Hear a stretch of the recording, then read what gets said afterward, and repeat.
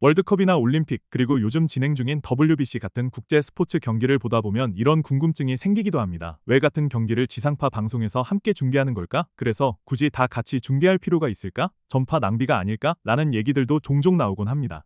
가장 큰 이유는 바로 중계권 가격입니다. 월드컵, 올림픽, WBC 같은 국제 스포츠 이벤트의 중계권료는 매우 높은 편이기 때문에 한 방송사가 단독으로 확보하기에는 부담이 큰 경우가 많습니다.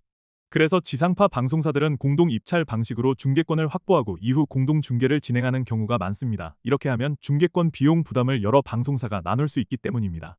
또 하나의 이유는 보편적 시청권이라는 개념입니다. 올림픽이나 월드컵처럼 국민적 관심이 높은 스포츠 이벤트는 많은 국민이 쉽게 시청할 수 있어야 한다는 취지의 제도인데요. 그래서 이런 국제 스포츠 이벤트는 특정 플랫폼이 독점하기보다 지상파 방송을 통해 널리 중계되는 구조가 만들어지기도 합니다.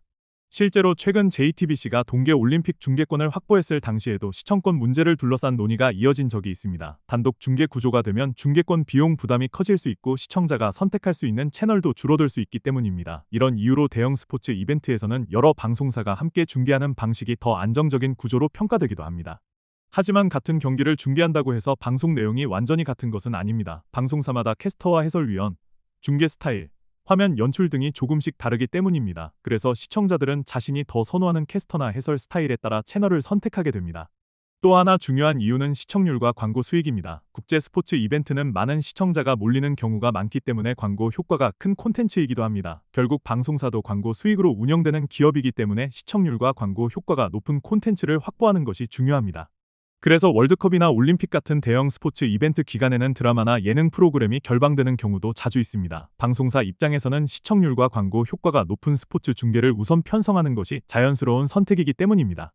결국 국제 스포츠 경기에서 공동 중계가 이루어지는 이유는 높은 중계권료를 나누기 위한 구조와 함께 국민 누구나 경기를 볼 수 있도록 하는 보편적 시청권, 그리고 방송사 입장에서도 시청률과 광고 효과가 큰 콘텐츠이기 때문입니다. 여러분은 이런 스포츠 공동 중계 방식에 대해 어떻게 생각하시나요? 같은 경기를 여러 방송사에서 중계하는 것이 시청자에게 다양한 선택을 제공한다고 보시나요? 아니면 굳이 필요 없는 구조라고 보시나요? 댓글로 여러분의 의견을 남겨주세요.